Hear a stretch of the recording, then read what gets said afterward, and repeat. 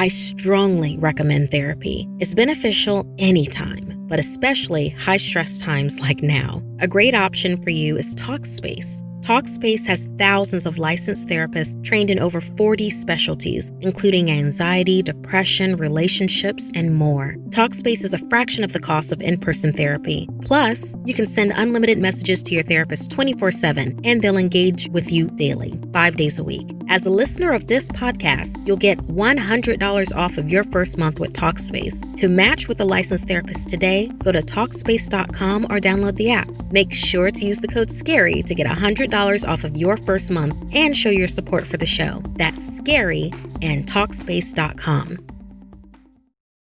How many of you have guilty pleasures? I have so many. Like, I love cheesy holiday movies, and I love rewatching our videos. Watching myself in something is such a guilty pleasure to me. But you know what I feel exactly zero guilt about? How much I enjoy playing Best Fiends. I love playing Best Fiends with my mom because she's so funny when she outranks me, and even funnier when I outrank her right back. Best Fiends is free to download, and more events get added all the time. This 5-star rated mobile puzzle game is a must-play. Download Best Fiends free today on the Apple App Store or Google Play. That's friends without the R, Best Fiends. Hello, my dark darlings. I'm Markia, and this is the Something Scary podcast. To our veteran listeners and those sheltering in the dark with us for the first time, welcome. You should always stand for what's right and do the honorable thing. Evil will flourish when the good do nothing. Sacrifices often must ultimately be made for the greater good to triumph. So, it's important to remember to also be careful, because as today's stories show us, no good deed goes unpunished. First, the danger when you can't trust mother, followed by the unexpected lurking in a graveyard. Then desperation to make a friend turns deadly. Finally, in our featured story, an officer will try to save a life, not realizing who the real victim is. I receive hundreds of creepy story submissions every single week, and of those, the scariest ones make it into our podcast, along with the story that we've chosen to animate and post over at youtube.com/snarled. If you have a tale you're dying to share, send me an email at somethingscary@snarled.com. If you'd like to support Something Scary, then consider joining our Patreon. As a patron, not only can you help the show and see ad-free episodes, but you can also be a part of the horror and hear your name featured in one of our podcasts or weekly video stories. Visit patreon.com/snarled. So, want to hear something scary? No good deed. Paternal figures have so many rules for us to follow. It's hard to know which ones are most important because forget the wrong rule and it may cost you or someone you love everything. Like in this story, inspired by L. Dragon. I was 9 years old, living in West Bengal, and it was time for Bala, the dog, to go out for a walk. Bala was a loyal pup and had been my grandmother's companion since before I was born. It was painful to watch my grandmother move her achy old body down the stairs, so I volunteered to walk the dog. My mother wasn't keen on this since it was getting dark, but she knew it would be helpful to my grandmother. She rattled off her usual list of don'ts. Don't forget your keys, don't be out past nightfall, don't respond to strangers, especially in secluded areas. You never know what kind of evil is out there. I know, Ma, I mocked as I took Bala and flew out the door. I went to the open fields next to the forest near my house and played with Bala for an hour. And before I knew it, the sun was about to set. Okay, girl, it's time to get back, I called to Bala. But Bala didn't move. She just stared toward the forest as if alarmed by something. What's wrong, girl? I walked toward her, but she growled and snarled at me. I lunged to grab her by the collar, but must have spooked her because she ran into the forest. I went after her, calling her name as I ran deeper into the woods. After what seemed like forever, I finally snagged Bala by the collar. Bala, what's gotten into you? Don't you know what Mom said? She's gonna be so mad when she... I was then interrupted by a rustling sound of trees ahead of me, along with the faint and familiar voice of my mom. Bainoba, come here. She must be really mad that she had to search for me in the dark. She spoke again, a bit louder this time. Come here. Grandma is waiting. Let's go home together. It was Mom. I couldn't see her through the brush, but that was her voice. I was just about to respond, then I looked down and saw Bala was growling again. But this time, she growled toward my mom in the trees. I stayed silent, my stomach tangled into knots as I remembered my mother's don't list. Don't respond to strangers, especially in secluded areas. I couldn't see her. Was that really my mom? The voice called again. Bainoba, come here. I tried to back away, pulling on Bala, who started to snarl and scratch in the dirt. Something was wrong. We both knew it. In a deeper tone, we heard, I said, come here. That was definitely not Mom. I tried to pull Bala back with me, but she wouldn't budge. The rustling in the trees got closer. We had to go. I tugged on Bala with all my might, trying to get her to leave with me. Then Bala tore away from my grasp. She turned back to me and barked as if to say, run. So I did. I ran as fast as I could through the forest, hearing only the sounds of Bala. First, she was growling and barking, putting up a real fight against what? I shudder to think. Her fight sounds quickly turned into cries of pain, and finally, just whimpers as I made my way out of the woods. Her cries echoed in my ears, along with one last chilling call of the deep, maniacal voice of my mother that said, I have your scent now, wretched child. I didn't turn around. I couldn't risk it. I just kept running, with tears streaming down my face until I finally got to my house. I sprinted inside and into the kitchen. Oh, Bainoba, I was so worried. Where were you? My mother said, hugging me tight. And where's Bala? I hugged her back with tears in my eyes. Bala ran into the woods, and I tried to follow her, but then there was this thing that sounded just like you, Mom. Bala, she protected me. My grandma grabbed me by the shoulders and asked me how many times the thing called my name. Twice, I think, I answered. And you said it sounded like me, my mom asked. I nodded, and my mother said, I know this may scare you, but that thing you heard was a nishidak. My grandma nodded in agreement. They're evil spirits that trick people by changing their voices into those you know. They lure you in, and once close enough, they reveal themselves and take your life. You can identify a nishidak because they can only call your name 2 times each time they hunt you. My grandma and my mom both hugged me.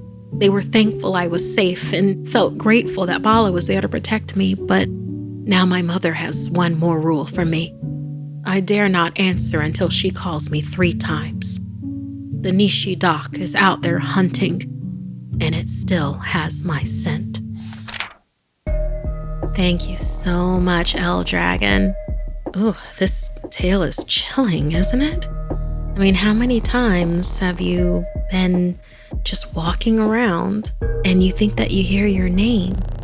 Do you listen to the warnings that your parents or older siblings give you? What type of danger have you ever been in while in the woods? And how about that pet near you? Would your pet give their life to protect you?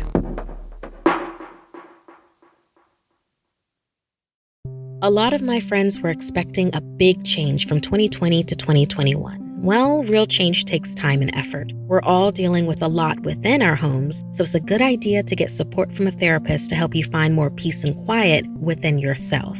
I strongly recommend therapy. It's beneficial anytime, but especially high-stress times like now. A great option for you is Talkspace. Talkspace has thousands of licensed therapists trained in over 40 specialties, including anxiety, depression, relationships, and more. Your therapist can help you set and achieve your goals. Talkspace is a fraction of the cost of in-person therapy. Plus, you can send unlimited messages to your therapist 24/7, and they'll engage with you daily, 5 days a week. As a listener of this podcast, you'll get $100 off of your first month with Talkspace. To match with a licensed therapist today, go to Talkspace.com or download the app. Make sure to use the code SCARY to get $100 off of your first month and show your support for the show.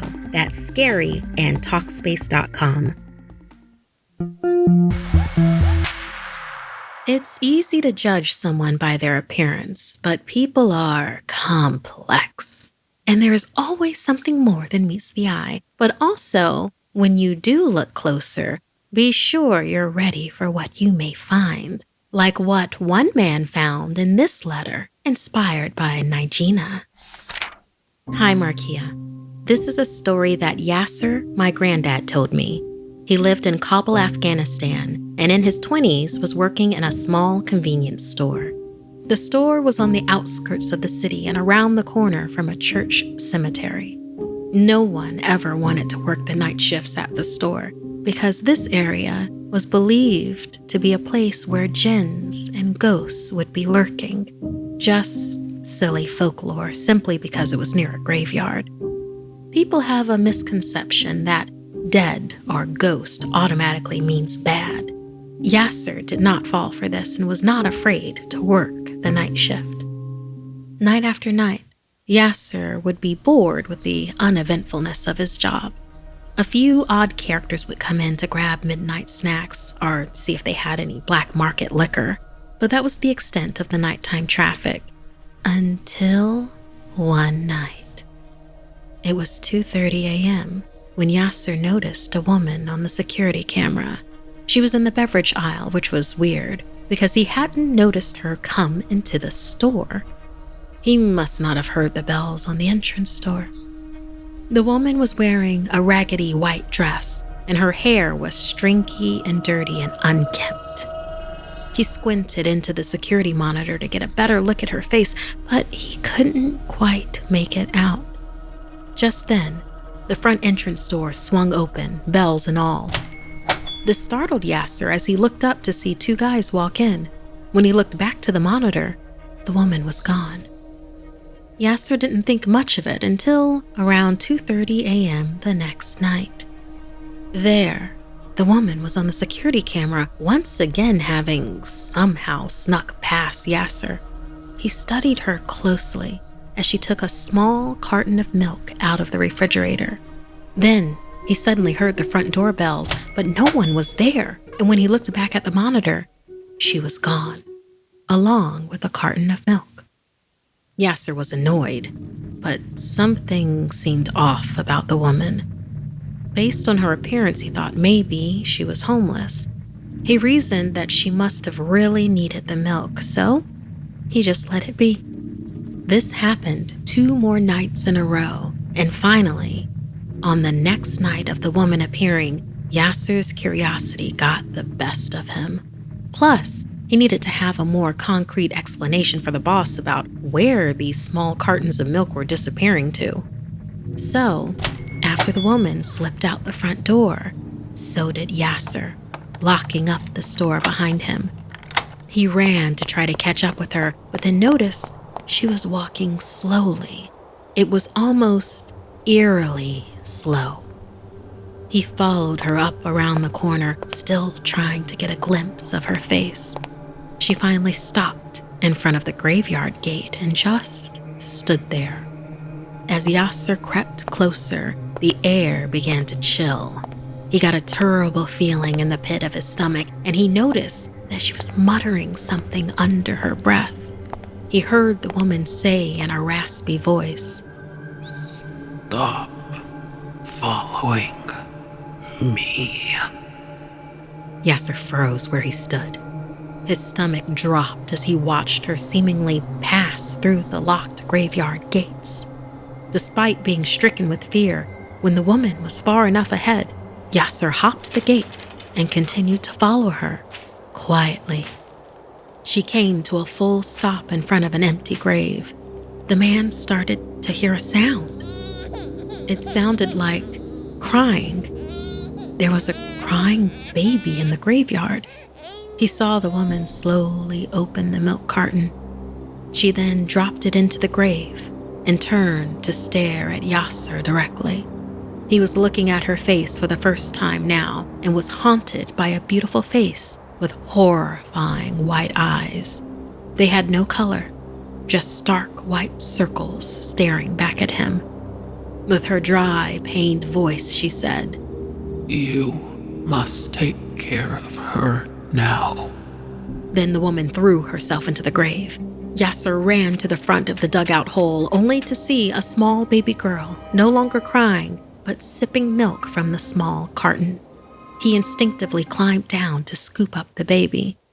Yasser, my granddad, has told me this story many times because it's the story of how he found my mother and came to be her father. Thank you so much, Nageena, for contacting us with this story, and especially for sharing such an interesting family origin.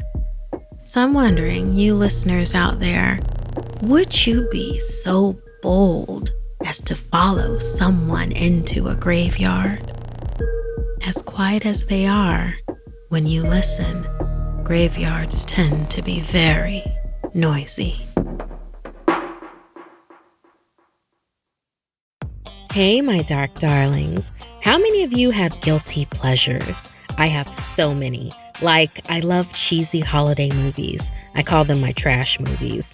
And I love rewatching our videos, like our military horror Still on Patrol, or the post-holiday scary story, The 13-Foot Skeleton. Watching myself in something is such a guilty pleasure to me. But you know what I feel exactly zero guilt about? How much I enjoy playing Best Fiends. Their challenging puzzles help me de-stress from work. Their Match 3 puzzle game has literally thousands of levels and new content. I love playing Best Fiends with my mom because she's so funny when she outranks me, and even funnier when I outrank her right back.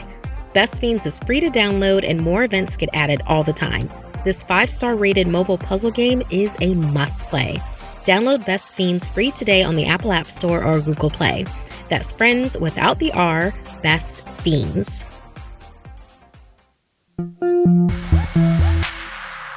Making new friends in a new town is hard enough, but making the wrong friend will drive you mad. Like in this story, inspired by Kylie. It was freezing cold as I sat on the front steps of the new duplex apartment my mom and I had just moved into. I was giving her the silent treatment, but I didn't know how much longer I'd be able to sit outside with the biting breeze in the air. We had been fighting non-stop since she told me that we were moving. I was mad I had to leave the city with all of my friends and go to this little town where I knew no one. The lack of people and streetlights gave me the creeps. I would never make new friends here. Just as I was about to give up and head inside for a reprieve from the chill, a boy from the duplex next door came outside. He looked about my age and came right up to me. "I'm Kylie," he said. "You just moved in?" I nodded my head yes. He sat right down next to me and pulled out his phone. He asked me if I played Clash Royale, and I nodded yes, again. Pulled out my phone and we started to play. My fingers were so cold I could barely tap my screen. We played in silence, but it was nice to not feel so alone. It seemed as though I had made my first friend. My mom shouted for me from inside, and I told Kylie I should probably head back. We stood up, and Kylie pointed up to the second-story window. "Is that your room?" he asked. It was. He told me his bedroom was right on the other side of the wall. He thought we should have a code. He tapped out a pattern on the railing. I tapped it back. We both laughed at having a secret knock all to ourselves. "Just tap if you need me. I'll always be here," Kalen said as he snuck in through his front door. Maybe this place wasn't so bad after all, I thought to myself. My mom flung the front door open this time, telling me I had better get inside or I'd freeze to death. I scowled and dragged myself through the door. That night, laying in my empty room with no memories, I felt isolated. Then I remembered the secret knock. Not knowing if Kylie would respond, I tapped on the wall. Almost instantly, Kylie tapped back. It put a huge smile on my face and I fell asleep. The next day, I set out on the front steps again, not to spite my mom this time, but to wait for my new friend to come outside. I stayed out as long as I could stand the cold, but Kylie never showed. So much for always being there, I thought. I was in bed that night, and to my surprise, Kylie knocked. I knocked back right away. We went back and forth a few times, then I dozed off to sleep. I was startled awake by more knocking on my wall. I looked at the clock. It was 2 a.m. I didn't knock back.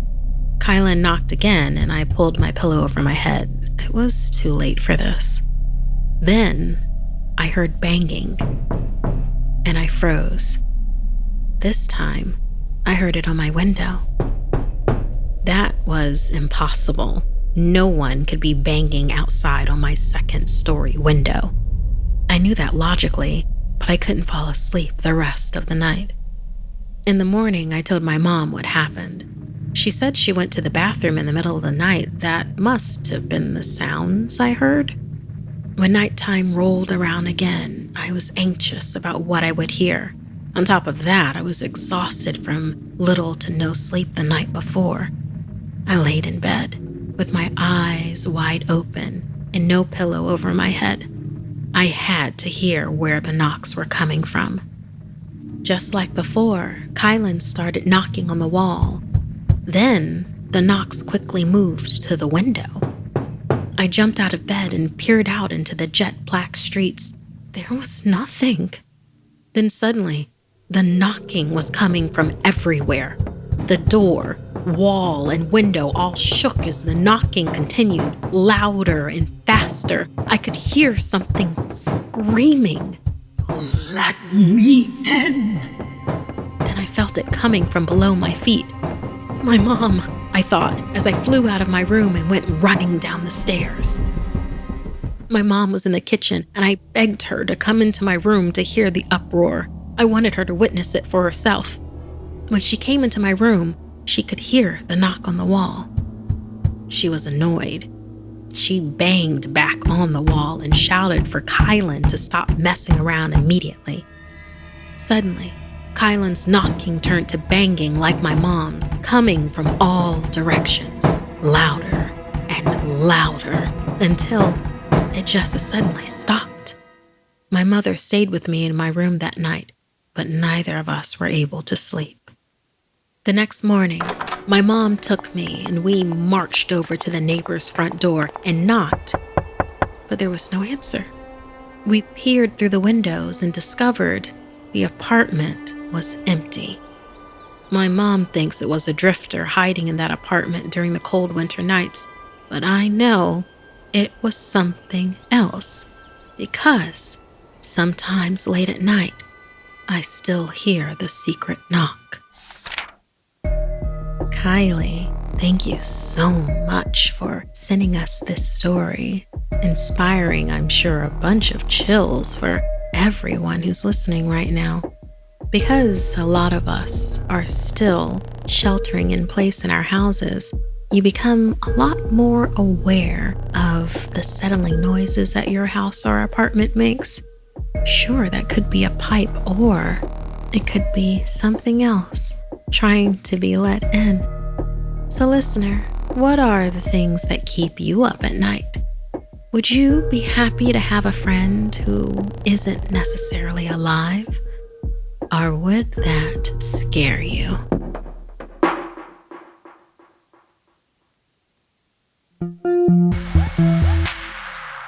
It's difficult to appreciate the blessings you've been given until they are gone.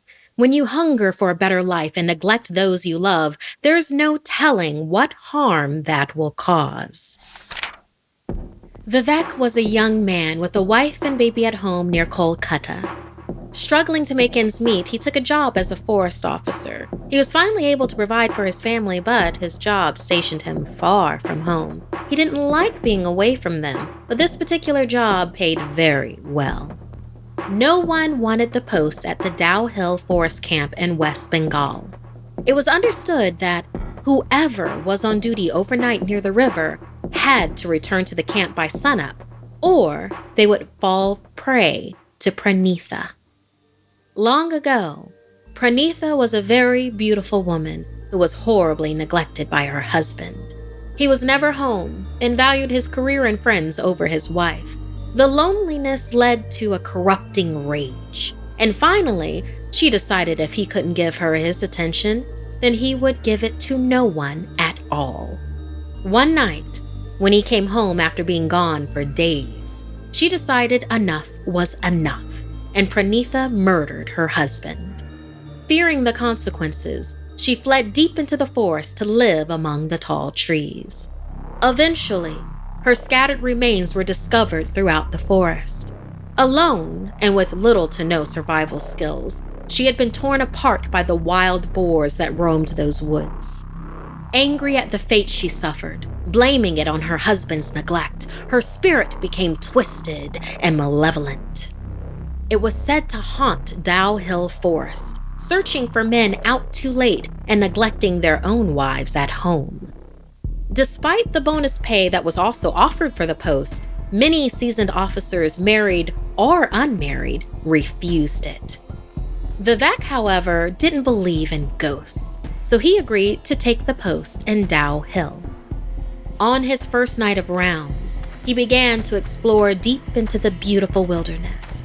Hours passed, and he found himself near the river just before dawn, his mind running free with thoughts of his wife and child. Feeling a chill set in, he was startled back to reality with the sound of an ear-shattering scream. He looked through the brush and saw in the distance a woman, huddled and wailing. "Are you hurt?" he asked. The woman cried, "Hello, I'm lost. I can't find my way out." As Vivek trekked closer, he could make out a beautiful woman. She appeared to be wearing a red saree, traditional attire that many Indian women wore. However, red is the color usually reserved for brides. She looked extremely out of place and really must have been lost. Vivek called over, telling her he'll get her out of there. She could stay at their camp until they could get her home. She agreed. As they trudged through the woods, Vivek offered her his hand over a fallen log. When she placed her hand in his, it felt weightless, as if there was nothing there. He must have been outside for too long, he thought. His hands were too frozen to feel properly. The woman still trailed at a slow pace behind him. She seemed tired, terrified, and was trying to hike through the woods in a sari, which was difficult in and of itself.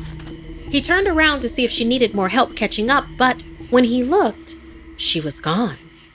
Suddenly, a voice came from up ahead. It was the woman. She shouted, "Try to catch up." Confused because he didn't see her pass him, he moved quickly to catch up with her. She asked him if he was married, and he said yes. "Well, your wife must not be that special to you if you're so far from her and out here with me," she said. Vivek thought about this, missing his wife desperately now. When he looked back for the woman, again, she was ahead of him. This continued to happen. Each time Vivek caught up, she would lag behind. Then in an instant, she would be ahead, waiting for him. It happened one more time, then she called, "Try to catch up, Vivek." He froze. He had never told her his name. Vivek began to close the gap so as not to alarm her that something was wrong. But his pulse started to pound through his neck. He had been freezing cold, but was sweating now and trying to act normal. A sliver of light was cast onto the woman as the sun was about to rise. Vivek could now see her Saree in greater detail. It wasn't a Saree. She was actually draped in thick, dripping blood. Stunned, he knew this must be the bride, Pranitha. If he could just get past her and through the river before the sun came up, he would be safe. He walked close to her again, trying not to vomit at the sight of her blood-drenched body. They were at the river now, and as he took a step into the water, Pranitha tried to stop him. This time, as she touched him, he could feel her bloody hands sticking to his skin. "Won't you carry me? I'm so cold," she pleaded. Vivek took this as a sign that she could not cross the running water on her own. With a quick breath, he wrenched his arm away from her and dived headfirst into the river. He kicked as hard as he could to get upstream and away from the gruesome bride. She cackled behind him, a sound only evil could make. "You don't deserve your wife. She's the unlucky one. This isn't over, Vivek. It will never be over for you." Vivek finally reached the camp, soaked and in shock. The sun was up and he was safe. But he couldn't unhear the cackling from the evil bride or unfeel his arm in her clutches. He had to leave that job and return to his family. He wouldn't neglect his wife like Pranitha was neglected by her husband. The only problem was, now the man couldn't stop thinking of the horrors he had found in the forest. Plagued by nightmares and unable to hold a job, Vivek slowly went mad. His wife tried to be patient with him, but eventually she took their daughter and left. The once loving husband and father was now all alone, stuck only with his vivid memories of the horrid woman in the red saree. Pranitha's vengeance was complete. There's more than one way to destroy a man.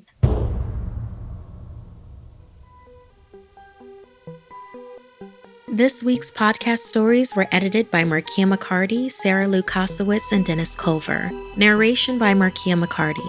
Audio edited and mixed by Fitz Harris. Art and graphics by Mari Carlson. Produced by Hannah Mullen and Markia McCarty. Music by Sapphire Sandalo and Calvin Linderman.